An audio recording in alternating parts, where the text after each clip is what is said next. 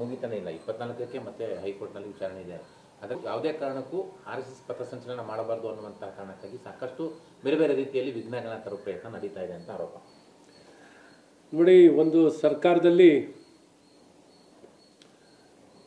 RSSನ ಪಥಸಂಚಲನಕ್ಕೆ ಅಡಚಣೆಯನ್ನು ಚಿತ್ತಾಪುರದಲ್ಲಿ ಉದ್ದೇಶಪೂರ್ವಕವಾಗಿ ಇನ್ನು ಹಲವಾರು ಜಾಗದಲ್ಲಿ ಈಗ ಅಡಚಣೆ ಮಾಡುವಂಥದ್ದಾಗ್ತಿದೆ. ವಿಶೇಷವಾಗಿ ಚಿತ್ತಾಪುರದಲ್ಲಿ ಇನ್ನೂ ಹೆಚ್ಚಿನ ರೀತಿಯಾದಂಥ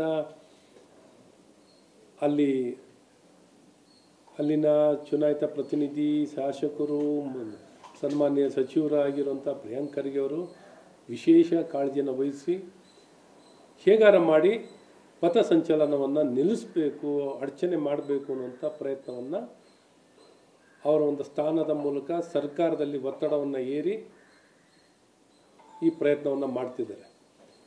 ಹಾಗಾಗಿ ಎಲ್ಲ ಒಂದು ಕಡೆ ಸರ್ಕಾರ ಉದ್ದೇಶಪೂರ್ವಕವಾಗಿ ಏನೊಂದು ಸರ್ಕಾರಿ ನೌಕರರು ಯಾರೇ ಭಾಗವಹಿಸ್ತಿರೋಂಥವ್ರಿಗೆ ಅಥವಾ ಯಾರೋ ಕಾಂಟ್ರಾಕ್ಟ್ ಬೇಸಿಸ್ನಲ್ಲಿರೋ ಈ ರೀತಿ ಎಲ್ಲ ಪಥಸಂಚಲನ ನಡೀಬಾರ್ದು, RSSನ ಚಟುವಟಿಕೆಗಳಿಗೆ ಅಡಚಣೆ ಮಾಡಬೇಕು ಅಂತ ಎಲ್ಲ ರೀತಿ ಪ್ರಯತ್ನವನ್ನು ಮಾಡ್ತಿದ್ದಾರೆ.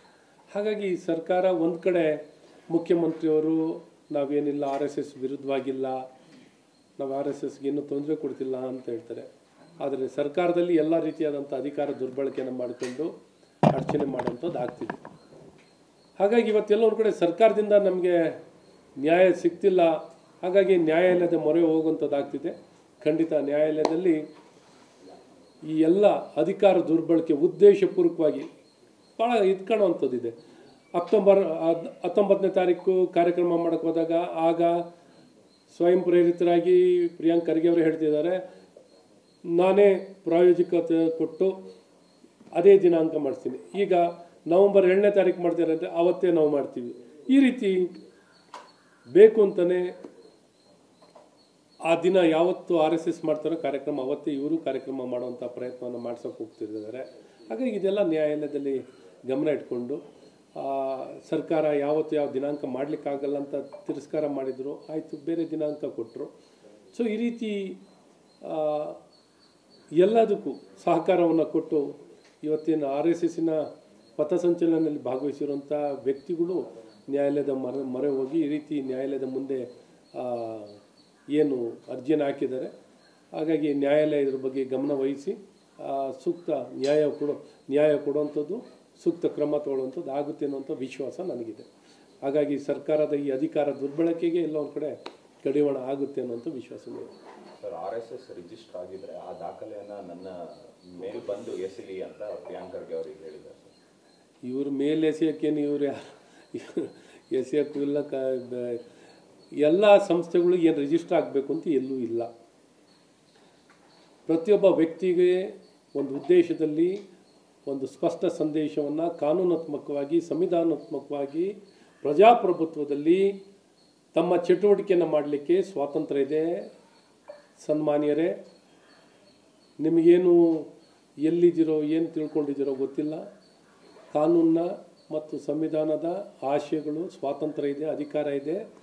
ಹಾಗಾಗಿ ಸಂವಿಧಾನಕ್ಕೆ ಮತ್ತು ಪ್ರಜಾಪ್ರಭುತ್ವಕ್ಕೆ ವಿರುದ್ಧವಾಗಿ ನಡ್ಕೊಳ್ತಿರೋ ನೀವು ಎಲ್ಲ ರೀತಿಯಾದಂಥ ಅಧಿಕಾರ ದುರ್ಬಳಕೆ ಮಾಡ್ತಿದ್ದೀರಾ.